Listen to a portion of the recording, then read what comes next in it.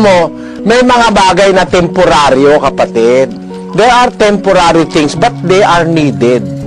Ano? Merong mga bagay na hindi panghabang panahon o pang-eternity, pero kailangan. Halimbawa, kagaya ngayon, bakit ka kumakain? May magugutom ka rin lang naman. Di ba ganun ang tanong mo? Nga, ba't ka pakakain? Magugutom ka rin lang naman. Di ba? Kasi kailangan mo ngayon yun eh. Ganon din ang tao. Nilalang niya tayo, may laman at buto na mamamatay. Ba't niya tayo nilalang? Mamamatay din lang naman. Ang mamamatay lang naman sa atin yung laman at buto eh. Pero meron sa atin na hindi mamamatay. Pakinggan mo sa Mateo Kapitulo 10, versikulo 28. Ganito ating mababasa. At huwag kayong mga takot sa mga nagsisipatay ng katawan, datapwat hindi nakakapatay sa kaluluwa. Ayan. Alam mo, ang napapatay lang naman sa tao, yung katawan. Pero meron tayong kalagayang nasa ating pagkatao na hindi namamatay. Yung katawan, kaya lang yan nandyan kasi kailangan niyang pansamantala. Para maglingkod ka sa Diyos, mapatunayan mong tapat ka. Pagka napatunayan mong tapat ka at nagtagumpay ka sa paglilingkod, nakagawa ka ng mabuti sa Diyos, nakasunod ka sa Kanyang kalooban, yung katawang namamatay, papalitan yan, kapatid.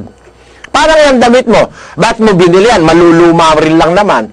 Kasi alam mo, pag naluma na, may pambili ka naman uli ng bago eh. Ganun ang Diyos. Kaya tayo nilagyan ng katawang namamatay, gagamitin muna natin para maglingkod. Pag nagtagumpay ka, papalitan niya yan. 15:51, patuloy. Narito, sinasaysay ko sa inyo ang isang hiwaga. Hindi tayong lahat ay mga tutulog, ngunit tayong lahat ay babaguhin. Sa isang sandali, sa isang kisap mata, sa huling pagtunog ng pakakak, sapagkat tutunog ang pakakak at ang mga patay ay mga bubuhay na mag-uli na walang kasiraan at tayo'y babaguhin. Sapagkat kinakailangan na itong may kasiraan ay magbihis ng walang kasiraan, at itong may kamatayan ay magbihis ng walang kamatayan. Datapwat pagka itong may kasiraan ay mabihisan ng walang kasiraan, at itong may kamatayan ay mabihisan ng walang kamatayan, kung magkakagayon ay mangyayari ang wikang nasusulat, nilamon ng pagtatagumpay ang kamatayan.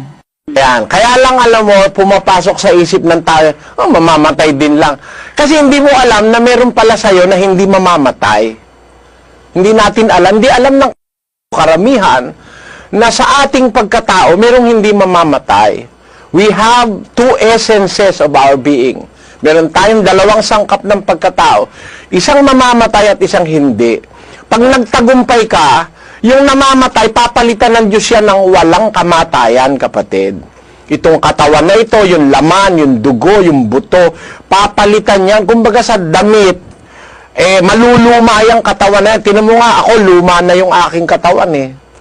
Kaya ako sinabing luma na, kulang na ipin ko, kulubot na ang balat ko. Pero alam mo, sa kalooban ko, tanungin mo yung ibang matatanda, ang pakiramdam nila, sila pa rin yun eh. Para bang hindi ka tumatanda, meron kang kalagayang, ang pakiramdam mo, ikaw pa rin yun nung bata ka. Pero ang sabi nung katawan mo, hindi na. Dahil mahina na tuhod mo, masakit na rayuma mo. Kasi yung katawan natin parang damit na tumatanda.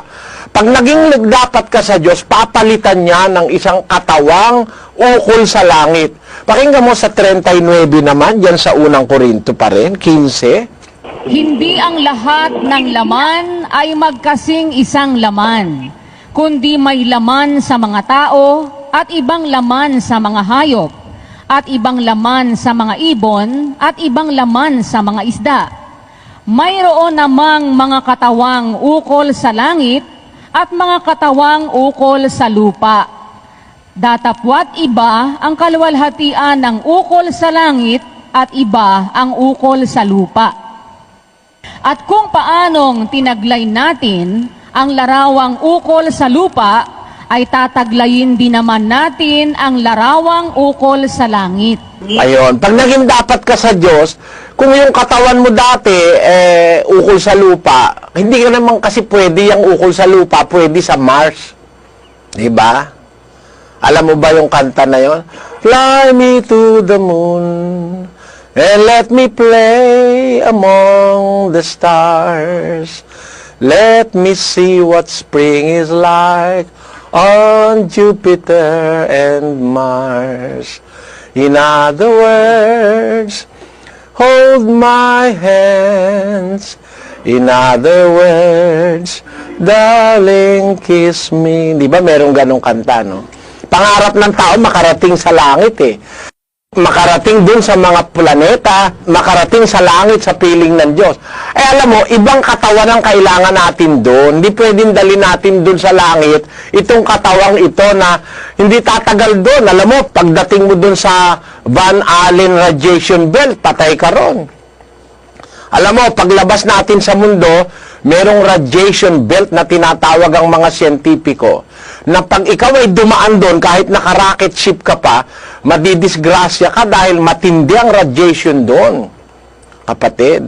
Kaya ibang katawan ang kailangan natin pagdating sa langit. Kaya kung maliligtas ka, papalitan ng Diyos itong katawang ito ng katawang walang kamatayan. So, kung ang tao'y namamatay, wag mong isipin, ba't nilalang pa tayo ng Diyos? Mamamatay din lang naman tayo. Ang mamamatay lang yung katawan. Pero meron kang bahagi ng pagkatao na immortal at hindi mamamatay. Kaya nga dapat sumunod tayo sa Diyos, eh. Kasi, pagka hindi ka sumunod, nako, yung kaluluwa mo, dadalhin sa impyerno yon. Hindi mamamatay yun, paparusahan yun doon. Kaya, kailangan sumunod sa Diyos. Ang hindi pinapaliwanag ng mga ang ating pagkatao mismo, hindi natin alam, kapatid. Tayo, dalawa ang ating essence. Merong panlabas, may pangloob. Pakinggan mo sa 2 Korinto 4:16. Kaya nga, hindi kami nanghihimagod. Bagamat ang aming taong labas ay pahina, ngunit ang aming taong loob ay lumalakas sa araw-araw.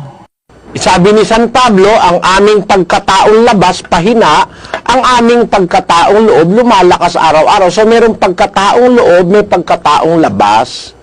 Ano?